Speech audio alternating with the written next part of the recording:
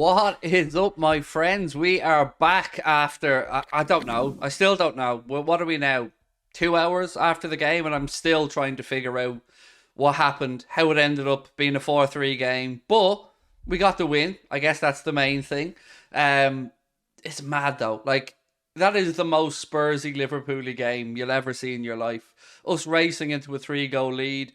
Spurs showing bottle to get back into it, and then showing no bottle to bottle it at the end and allow Jota to score, and we won. And mad. If you could just get a game to encapsulate both teams this season, and I guess their character, that's it. It was weird, but we got the win. And I've got to be honest. When they equalised, I thought, nah, that's a draw. No way are we getting a win. And yeah, that's football, and that's why we love it. It's mental, it's crazy, it drives you mad, it gives you ecstasy. It's just, that's football. Again, sounding like I'm promoting Goldbridge's channel here, but it is. That is why we love the game. It is mental. This video is being brought to you with thanks to Surfshark. Surfshark is an app or browser extension that allows you to browse websites in other countries and keep you safe and secure from hackers. Surfshark allows you to virtually travel the world with just the tap of a finger. As an example, we here in Ireland can Afflix? What is Afflix? We here in Ireland can watch other countries' Netflix libraries, unlock UK services such as BBC iPlayer, and of course that all-important Spanish DAZN account for football. Surfshark keeps you safe and secure by covering up everything that you do online. When your device connects to the internet, all this information is, in a way, blurred out. This is particularly effective when you're out and about on public Wi-Fi, maybe you're in college or at a cafe. It keeps your information safe and secure from hackers. With a Surfshark, just ask Surfshark. Just here, have a Surfshark. Johnny? Mildred, Surfsharks? Surfshark allow you to use unlimited devices on just one subscription, meaning if you so wish, you can grant access to your friends and family. On top of that, Surfshark offer a 30-day money-back guarantee. If you don't like it, they refund you. It is that simple. Our sign-up offer gives you a whopping 83% off. That's right, I did say 83% off and 3 months additional free.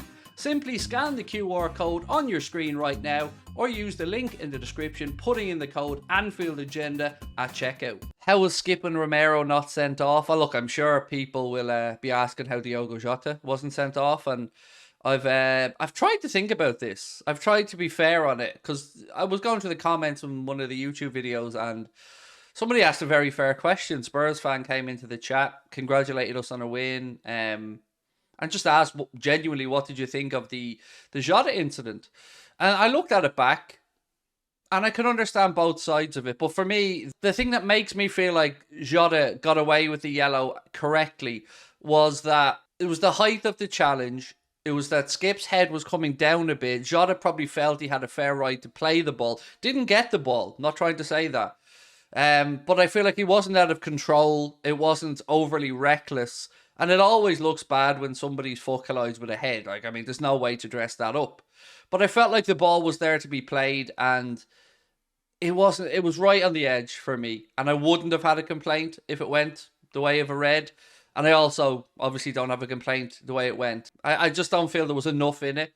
But again, I do understand that I'm potentially coming from this from a biased position. It just looked worse than it was, maybe. Yeah, that's my take on it. That's my honest take on it. Skips wasn't a red, by the way. That challenge on Diaz, that was never a red. Like, actually, the ref didn't even give a foul, which, again, what does Paul Tierney have against Jurgen Klopp and Liverpool? It's absolutely mental. To not even got a free and a yellow for that challenge from Skip. Now, it was never a red. I'm not even trying to argue for a red, but Paul Tierney is a joke.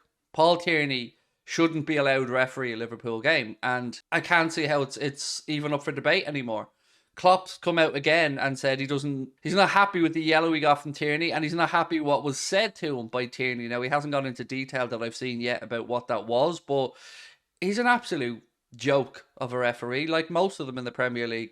And both sets of fans today will probably have very fair reflections of that game and very fair criticisms of the man in the middle. And I think there's valid points on both sides. We're so injury prone, even our manager gets injured, said Andy. Yeah, I know. Kloppo obviously just wanted to show somebody his socks, and that's where he got the hamstring injury from. Not even socks. Oh,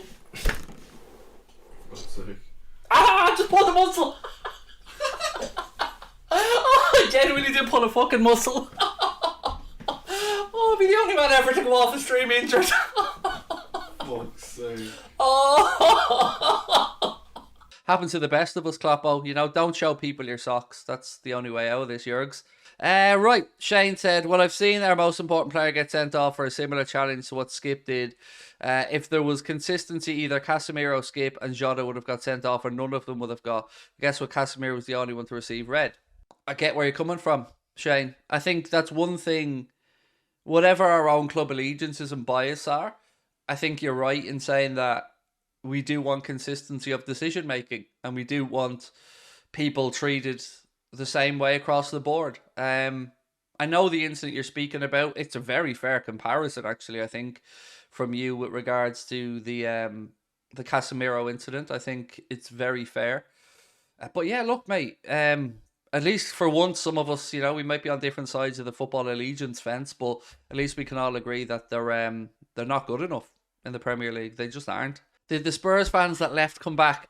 You know what, Anita, I was thinking that throughout the game. As Spurs got back into it and they got their first goal, I wondered, did somebody give them the heads up and did they get back in or something? Because, yeah, it'd be kicking yourself if you left that, wouldn't you? Because it ended up being a more competitive game than I'm sure they were expecting it to be after 15 minutes.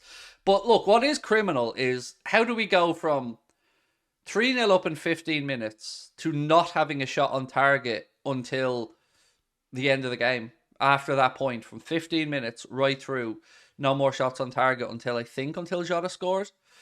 Nuts. Like that, make it make sense. Do you know what I mean? Make it make sense. That game was a great exponent for the psychological aspects of football. You race into a lead, you think it's going to be an easy afternoon, you're firing on all cylinders. Then you get back to that really, really sketchy moment in a game of football where you're 2 goals ahead and unsure what way to attack the rest of the game. Do you keep doing what you were doing? Do you shut up shop? Do you try to manage throughout the game? Because remember, there was a long time to go. So the ebb and flow psychologically of that game was really interesting to see, because we didn't look like we knew what to do at 3-1. We didn't look like we knew how to finish the game, how to attack the game, how to manage the game. Weird. Really, really, really good insight into the psychology of football, that whole 90 minutes. And I don't know how we won it. I don't know how we got that goal at the end. I know someone said there was a mistake from Lucas Moura or something that led to it. I don't even remember. All I remember is seeing Diogo Jota just nursing that ball into the bottom corner and thinking to myself, oh my God, we've actually pulled this out of the fire. So Graeme Souness is leaving Sky Sports at the end of the season. And look, like him or loathe him, at least he has a damn opinion. It's going to be a sad day when Graeme Souness leaves, because I'm sick of bland, unopinionated, fence-sitting yes men in TV. So it's just going to be, we're going to get another mundane pundit brought in that will just toe the company line and won't actually call shit out. Yeah, it's a shame. I like people who say it as it is, as you know. Somewhere in the world, Paul Pogba's doing a happy dance. That's all I can think. I'm sick of his biased BS being on television. I don't think he's overly biased, Shane. I think he has an agenda against Pogba. I'll give you that one. Is he any different to Keane, really, or Neville? I mean, maybe you get a bit more insight from Neville, but Souness just called stuff straight down the middle. Not straight down the middle. As he's seen it, I should say. Sorry, I don't mean like he didn't show Liverpool allegiance. Of course he shows Liverpool allegiance. He's a former Liverpool player and one of the best to do it. But I like honesty. I don't like yes men. I don't like bland, mundane, boring pundits who are there to blow smoke up each other's arse. Not my cup of tea. I like, anybody who knows Irish TV will have known Dunphy and Giles and the lads on RTE. Like, that's punditry. That is punditry. That's we were spoiled growing up in Ireland with Chippy Brady, with Eamon Dunphy, with John Giles, and then Richie Sadler coming in. And we're so lucky for the best pundits. So here's my worry, right? So we're at the end of the season. Jones is doing bits. Brilliant. Great to see. I wonder where we're at with regards to the midfield search, because You've seen today Klopp being quoted as saying about his conversation with John W. Henry. I feel like we've gone almost full circle. So what I mean by that is we've gone from a situation where one target in Jude Bellingham and another player was probably what we were expecting all along. Then it got to, well, no, we need a bigger rebuild than we thought. And then that went into mean we need a bigger rebuild, so we won't have as much money, so we can't spend it all on one player. To now kind of coming back around to this idea of us maybe being okay to get in two midfielders if we get in a centre-back. And I'm just at the point of thinking, well, if we're back to maybe two midfielders, surely we're back to the top range that we want. You know, if you're going to just go out and get two maybe, then you go out and you get two top players. I'm confused and I'm worried about what we may expect. I'm sure the club have it in hand. I'm sure Kloppo has it in hand, but I guess until we see agreements, we're all going to be a bit nervy because the trust for us and the club on transfers probably isn't there. So yeah, the Anfield Agenda Committee, as I mentioned earlier on, we decided that Ugarte, McAllister and Thuram are okay. We'll sign off on them, John. Chazza said if it's two midfielders, then it has to be Bellingham and Ugarte. Yeah, see, that's my type of thinking as well. You go out there and you just blow your load on two top-notch midfielders. I'd rather get two top-notch midfielders for about 150 than go out there, or maybe even 160 maybe, then go out there and drop 160 on three midfielders and not be so totally sure about them, if you hear me. Do you know what? As time has gone on and as the Bellingham disappointment or potential disappointment has washed over me, I have started to become a bit more optimistic about the ability of us to actually refresh that midfield and be competitive next season, because I do feel like it's very clear what we need and the traits that we need in midfield, and if we can get those traits in midfield, we'll be all right. And I'm kind of waffling a bit here. We don't need to go out there and bring in a specific type of De Bruyne type midfielder or a very limited in supply, very creative superstar. We just need bulletproof, strong, athletic, good engine, tactically aware midfielders that will be the water carriers, for want of a better phrase. We need younger Hendersons. We need Gini Wijnaldums. We need players that can play 40 games a season, that can run 12 kilometers a game, that can track back, break up play, keep it simple. We don't have to go out there and find a De Bruyne or a Gerrard. So that's what makes me a bit more optimistic, maybe, that it can be done, and it can be done reasonably for us with regards to our transfer budget. Matthew said, I think we should get two midfielders, a right back, so Trent can slot right into midfield and a centre back. See, I think this is a misunderstanding of a lot of people about what Trent's new role is. The role is so successful because it allows him to be in two places. It allows him to fill in at right back where needs be and drift infield while still running back in a straight line to cover and not being caught further up the pitch. His problem used to be that he was so far advanced, if he gave the ball away, his side was so open that we were open to attack time and time again. So moving him into midfield probably won't be as impactful as doing what he's doing now, if that makes sense. So I don't think the idea of moving him solely into midfield is a good idea. Doing what we're doing, but being better at it. And the biggest problem I have with the inverted role Trent has had is that it does cause everyone to shift over one space, half a space across. And you've seen today, and you've seen against Arsenal, and you've seen in other games, that the switch is on.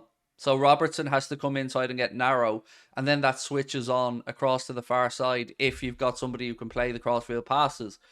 So that's my worry about it. But yeah, I think if you were to drop Trent into midfield and bring in a right back, we'd lose something, because I don't know what midfielder Trent looks like. That's what I'm trying to figure out. Like, I don't know what Trent in midfield solely looks like. Does anybody else struggle with that? Because I might be on my own here. Like, I might be absolutely talking out my backside, but I can't think of what Trent will do as just a midfielder.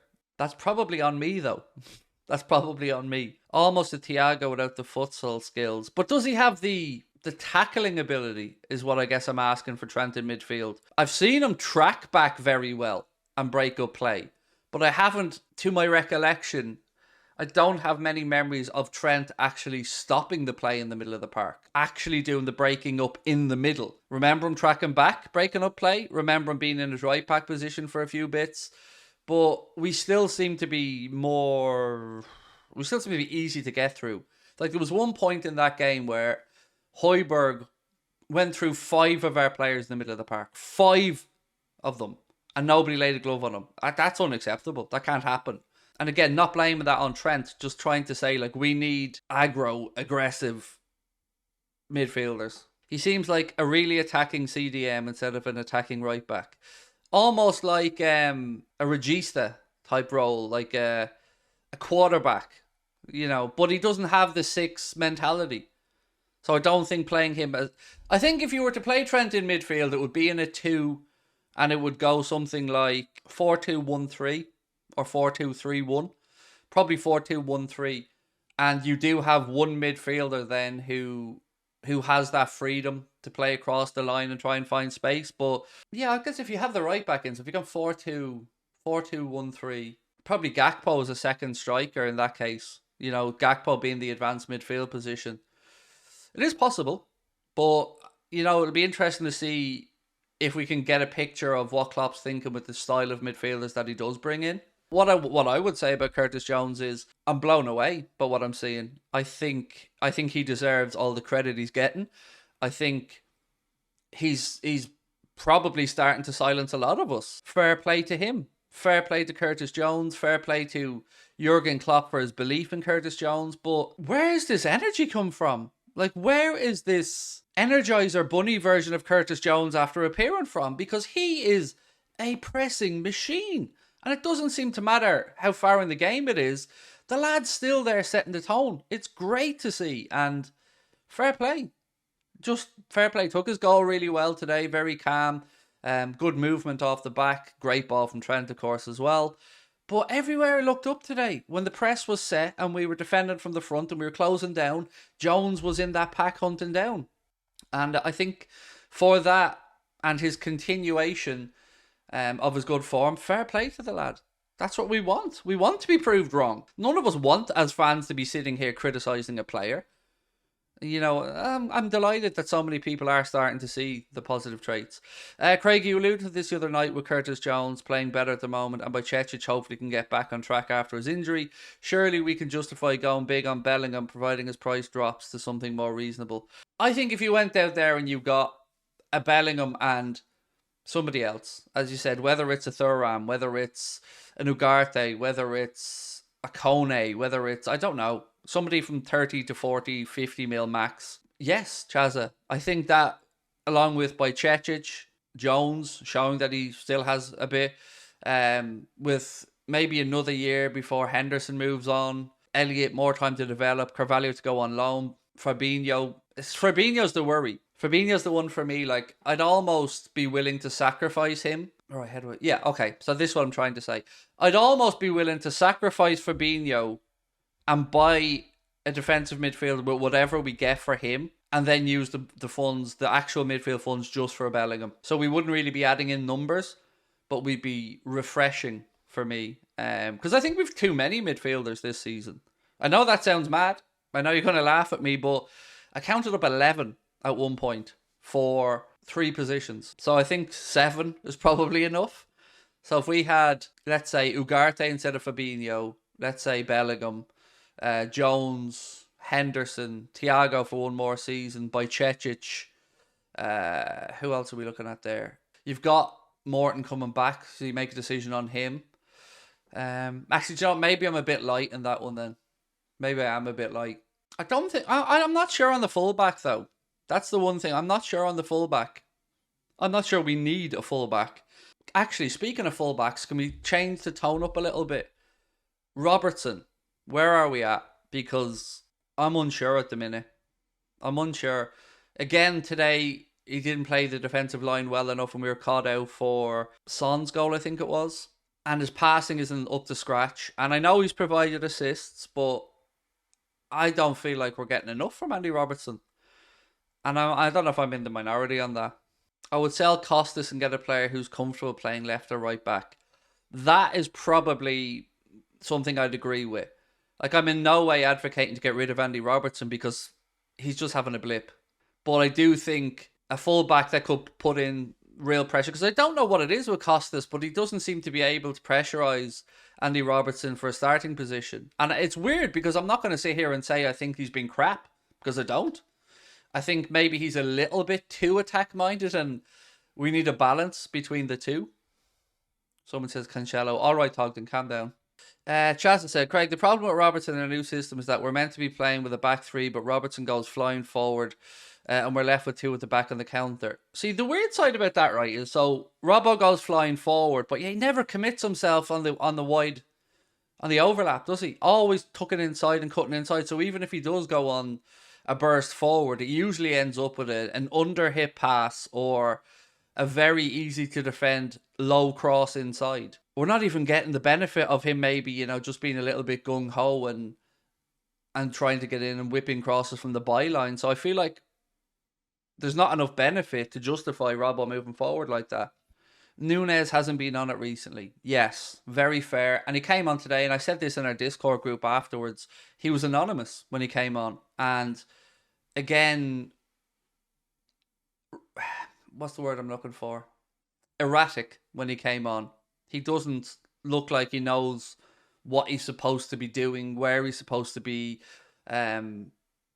So I feel like Jurgen Klopp's decision to not start him is very, very justified and very understandable. And I think Darwin will come good. I do.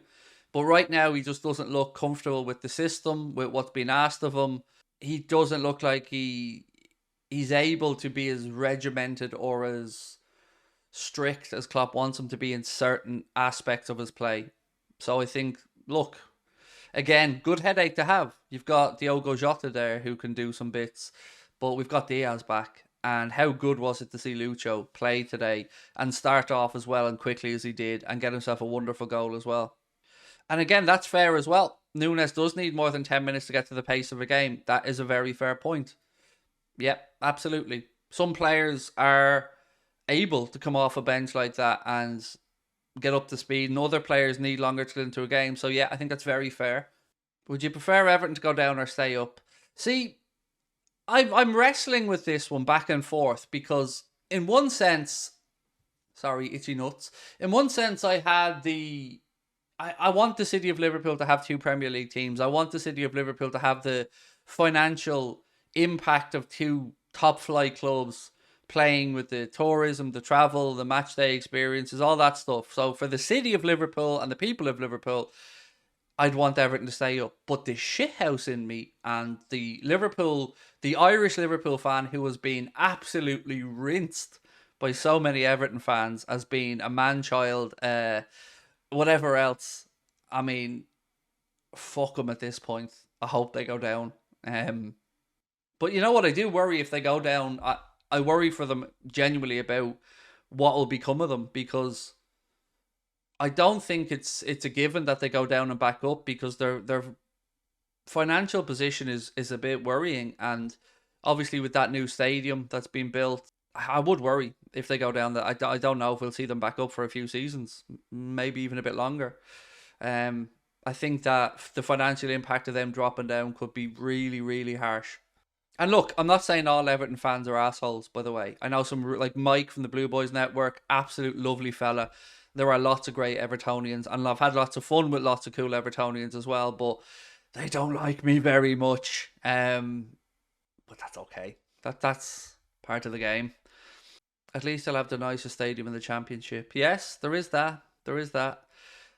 What do you guys think? Do you think if Everton go down that they will come straight back up, or do you think that it could be a very sticky point for them in their club's history, because they're a very good club in their community? Like, you can't deny that about Everton. Their club is very good in its local community, as is Liverpool, of course. But it's weird because I both respect them and hate them at the same time. You know what I mean? they've done a lot of good stuff over the years, and I like when the two clubs can come together over stuff like Hillsborough and the support of fellow Scousers, and I like the food bank stuff, and there's a lot I like about Evertonians and a lot I like about their club. But then there's the other side of them that is just really a bit over the top in their hatred. But then again, maybe like this is one of those times where I will say that not being a local probably does give me a very different perspective, because whatever I say about the fact that I believe any Liverpool fan's opinion is the same as another one, I do feel like if you are born and bred in a city and there's two clubs in it, and you grow up going to school and you grow up hanging around Blue Noses, or I do understand that, to be fair. I think there is a perspective there that I just won't understand. Is Arsenal a one season wonder? Yes, it is. For me, it is. They will be there or thereabouts around top four, I believe, but I don't think you're going to see Arsenal realistically challenging for a league title again soon. And that sounds completely bonkers, because if you look at the age profile of the players they have, Odegaard, Martinelli, Saka, everything should be set up there for a bright future. But I don't know. There's just something that makes me feel like they still have a soft underbelly to them. Because let's be honest, hand on heart, no matter who you support, was there even 1% of you that thought that they were going to go to the Etihad and get a result? Because nothing to me. I would have had some belief Liverpool could have gone there and gotten a result. I'd have had some belief United could have gone there and got a result. I'd have had some belief Chelsea could have maybe got a result at some point when they were challenging, but nothing made me feel like Arsenal were getting anything out of that game other than a hiding. So that was a telling point for me in my own thought process. I just didn't believe they'd do it. Once they came down to that game, I knew that was the end of their title challenge, because I just knew they weren't going to be able to put it up to City. If Man City kicked out of the Premier League, I feel like it would be a fairer league. I feel like that as well, mate. I feel like we'd have some amazing title races. And I feel like, actually, if City were found guilty and booted out, I feel like we may eventually get a title race of Liverpool and United, which I haven't had in my lifetime. And that feels very weird. That two successful clubs, and we haven't had a proper, like, there's been probably a season where we finished second to them or something, maybe, or third, definitely, but don't remember a real toe-to-toe 5-6 games to go, couple of points in it. I mean, can you imagine the buzz of a title race with United? If you won, if you lost, oh my God, it'd be unbearable, but it would feel authentic. I found this early on today. A Bowler reports Manuel Ugarte is packing his bags. Sporting already talking to interested club. England is the destination. Let's wait and see. I have no idea if we're strong after him, Chazza. I don't know, mate. I'm completely out of the loop. I think we just find City 100 million and move on. What's the point of that? It's like pissing into the wind. A financial fine to City is nothing. It's not even a slap on the wrist. If City are found guilty, and look, they have every right to be given their day or their hearing, but if they are found to be guilty of some, all of, or a percentage of those charges, with how they've acted, with how they've arrogantly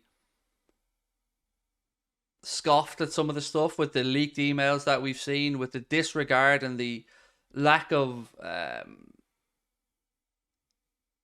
assistance they've given some of these investigations, I think the book should be thrown at them. And I think the Premier League has to do it, because the last thing they want is to look like that they're just pandering down to a club who's being successful, and maybe, delivering some eyes to the league. You have to think of the other 19 clubs. You have to think of the owners, you have to think of the fans, you have to think of teams who are trying to do these things in the right way and are being undermined by potentially dubious accounting. What's the leaked emails? Just Google Der Spiegel and go back and look at the emails going through City's higher ups and where the money's being moved around from and how they basically say they could do what they want to a certain extent. It's arrogance like you wouldn't believe.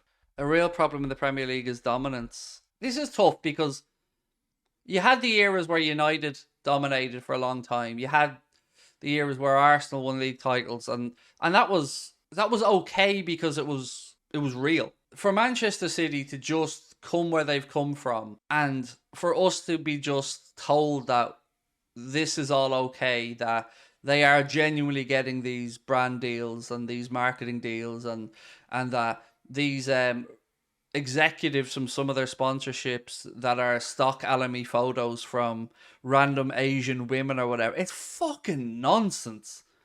It's nonsense. Nobody's heard of any of these companies. Half of them have very little to no trading, particularly some of the betting companies and stuff. It's fucking lunacy that we're, as educated, rational human beings, supposed to believe this shit.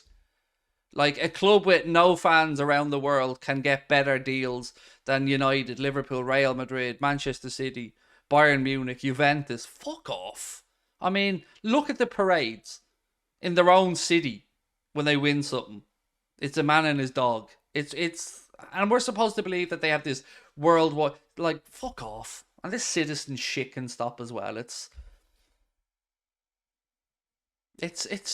just... It angers me because it really just makes us... They think we're thick. They think that we'll just swallow any old shite and believe it. And it riles me. It really, really, really riles me. Because it's everything I hate about sport. It's just the arrogance of coming in and ripping it up and ruining it. And yeah, it really angers me.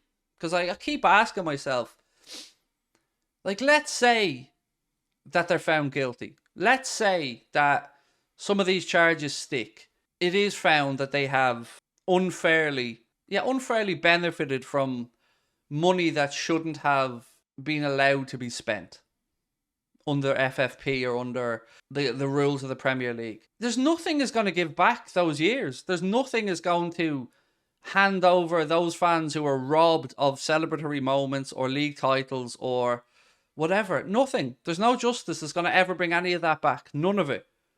And every year that goes by is another year that we have to sit there and watch this thing take over and treat the league and the rest of the football world with such complete disregard and arrogance that it disturbs me and angers me and it boils my blood because it's fake. But again, thank you to everybody for your time, for your support, for your comments, for your laughs. Appreciate it. Can I sing the Thiago song before you go? Nah. Need to tease you with something for the next time, mate. Need to tease you with something. So yeah, have yourselves a good one. Appreciate your support again, and don't worry about me sitting here for 30 seconds. I'm just a weirdo. You go and do your thing and have a good night, and much love to you all.